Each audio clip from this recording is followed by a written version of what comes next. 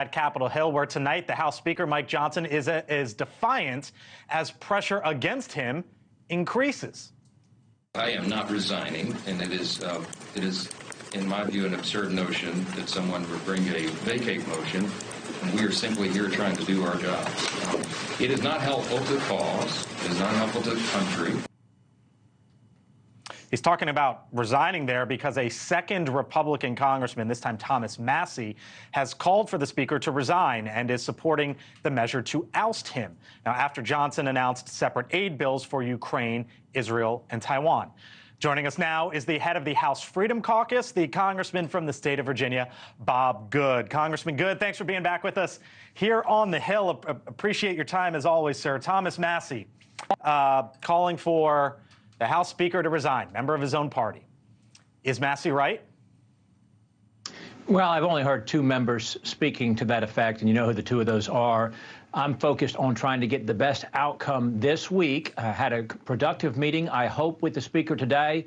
I hope that he will pass an Israel bill paid for, put pressure on the Senate with what took place over the weekend. Israel is one of our most important allies on the world stage, almost universally supported by Republicans. Most of Americans want to support Israel. They saw what happened over the weekend. I think it's important. You know, we passed Israeli aid back in November, paid for. We need to do it again, send it over to the Senate, jam the Senate, if you will, make them choose whether or not to support Israel or not, and stand with the American people and stand with our number one important ally. Secondly, we need to repackage a Ukraine deal that is skinny, if you will, lethal, maybe $20 billion paid for, not borrowed from our kids and our grandkids, and is connected to border security. We can't let the American people down. When the Speaker failed to utilize the spending battle to leverage for border security, he promised we would use the supplemental, the Ukraine package to do that. We need to not let the American people down and do that. I'm focused on trying to accomplish that this week. I hope that we'll do that.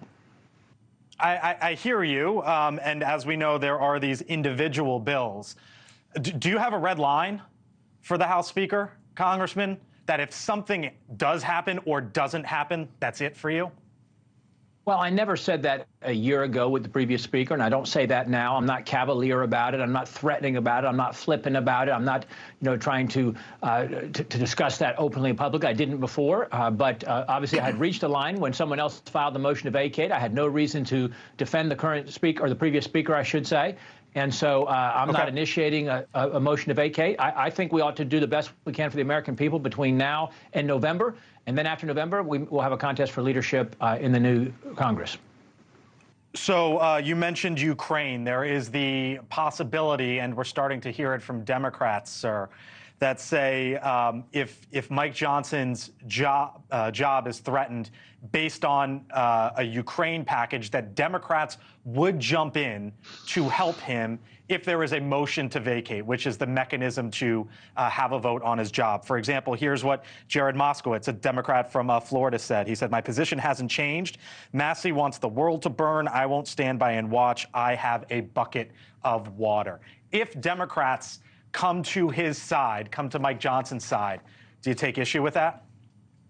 Number one, I don't believe Democrats will do that. I think that they're bluffing in the sense that they like what Speaker Johnson has done. We only take a few consequential votes every year because the Democrats control the Senate and the White House. So anything that they don't have to take up, they won't take up. Anything they don't have to pass, they won't pass. So every leverage opportunity with the NDAA, FISA reform, the spending bills, we have surrendered to the Democrats in the Senate. So they, of course, liked what the Speaker has done. So I think they'd like him to remain as Speaker as long as we have a Republican Speaker. But I do not believe they will do it. I think they're bluffing because I think they would rather see the Republican Party in some kind of a disarray. So I don't believe Democrats will do it. But let's just say they did do it. I don't think that is sustainable for the Speaker. We have told him that. We don't think that's a path forward for him. We don't think it's good for him or the Republican Party. So we don't recommend that he succeeds based on Democrat votes. We want him to do what Republicans want to do so that we can all unite behind him and support him. Congressman Good, we'll leave it there. I'm sure we'll talk to you again soon. Thank you, sir. Thank you.